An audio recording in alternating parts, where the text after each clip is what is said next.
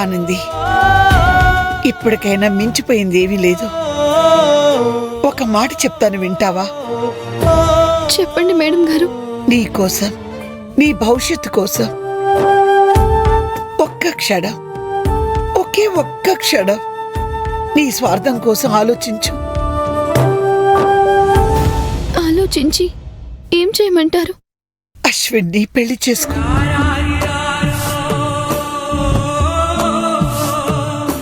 Madam గారు, నువ్వు చాలా చిన్నదానివి ఆనంది. ఇంకా ఎంతో జీవితం ఉంది. రేపో మాపో పుట్టబోయే బిడ్డతో ఒంటరిగా ఉండడం కష్టం ఆనంది. నేను ఒంటరి దాన్ని ఎలా అవుతాను? నాకు తోడుగా బిడ్డుంటాడు కదా మేడం గారు. అశ్విన్ చాలా మంచివాడు మేడం గారు. తనకి తన అమ్మంటే ప్రాణం, చెల్లెలంటే చాలా ఇష్టం. వాళ్ళకి అశ్వినే లోకం. అంత చక్కటి ప్రపంచంలో నుంచి అశ్విన్ని బయటకు రప్పిస్తే మహాపాపం కదా మేడం గారు. మా అన్నయ్య కొంతకాలం ఇంటికి దూరం అయితేనే మా అమ్మ నాన్న బయటికి చెప్పుకోలేకపోయినా లోపల ఎంతలా ఏడ్చారో నేను కళ్ళారా చూసిన దాన్ని. అశ్విన్ని ఆ ఇంటికి, ఆ తల్లికి దూరం చేయడం తప్పు కదా మేడం గారు. సరే, అశ్విన్ని వదులుకోగలవు, కానీ అశ్విన్ మీద నీకున్న ప్రేమని చంపుకోగలవా?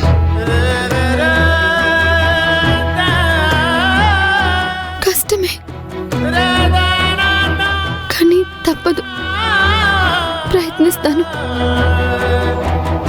ప్రయత్నిస్తూనే ఉంటాను. చూసావా, ప్రయత్నిస్తూ ఉంటానని చెప్తున్నావే తప్ప మర్చిపోతాను అని అనగలుగుతున్నావా? అదే అదే ప్రేమ ఆనంది. ఆ ప్రేమకే మా ప్రేమ మీద ప్రేమ లేనప్పుడు ఎవరు మాత్రం ఏం చేయగలరు? నువ్వెన్నైనా చెప్పు ఆనంది, అశ్విన్ పక్కన నిన్ను తప్ప ఇంకొక అమ్మాయిని ఊహించుకోలేకపోతున్నాను. అలాంటిది వద్దు మేడం గారు. శుభమా అని వాళ్ళిద్దరికి నిశ్చితార్థం జరగబోతున్న సమయంలో ఇలా మాట్లాడుకోవడం పద్ధతి కాదు. నన్ను క్షమించండి.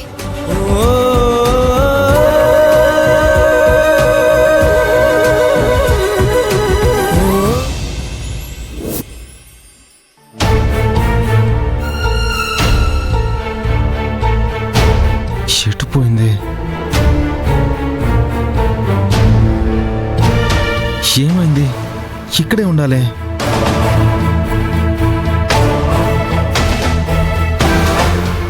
ఎక్కడ పోయి ఉంటుంది? రే అన్నయ్య, ఏంట్రా ఇది? బట్టలన్నీ ఇలా పడేసావేంటి? అనవసర విషయాలు నీకెందుకు, నువ్వు వెళ్ళు.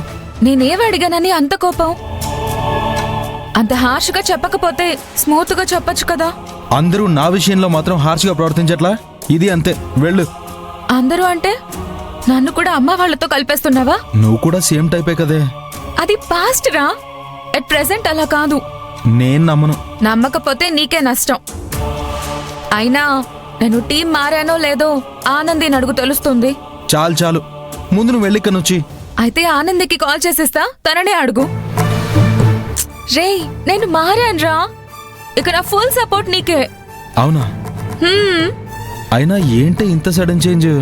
నేను నీ వైపు రావడం కావాలా, కారణాలు కావాలా? దానికి కారణం కూడా తెలియాలి కదా. ఆ టైం వచ్చినప్పుడు చెప్తా. ఇప్పుడు నా కోరిక ఒకే ఒకటి, నువ్వు ఆనంది ఒకటి కావాలి. దానికోసం నీకు నా నుంచి ఫుల్ సపోర్ట్ ఉంటుందిరా. దేనికైనా ఎంత దూరమైనా నేను రెడీ. అవును, ఇంతకీ ఏం సర్చ్ చేస్తున్నావు? తాళి. తాళా? అవును, అమృత పెళ్లిలో ఆనంది మెళ్ళో కడదామనుకున్న తాళి నేను ఇక్కడే పెట్టాను. ఇప్పుడు చూస్తే కనిపించట్లేదు. అలా ఎలా మాయమవుతుందిరా? అదే నాకు అర్థం కావట్లేదే. అయినా ఇప్పుడు ఆ తాళి ఎందుకురా? అది ఏంట్రా ఆగిపోయావు? చెప్పు.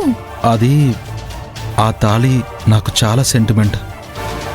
ఆ తాళి నా దగ్గర ఉంటే ఆనంది నాతోనే ఉన్నట్టుంటుంది. అంత సెంటిమెంట్ సేఫ్టీగా దాచుకోవాలి కదా. Okay okay, don't worry. ఆ తాళెక్కడుందో తెలియదని చెప్తుంటే వరి అవ్వద్దని అంటావేంటి? నాకు తెలుసు కాబట్టి. తెలుసా? ఎక్కడుంది?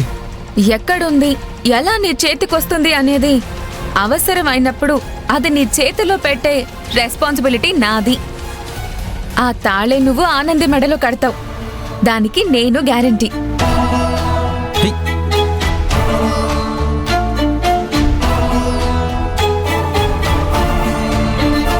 మామయ్య, అమ్మ తులసి కనిపించడం లేదు, ఎక్కడికి వెళ్లారు? మార్కెట్కి వెళ్ళిందమ్మా. అలాగా. ఉమ్.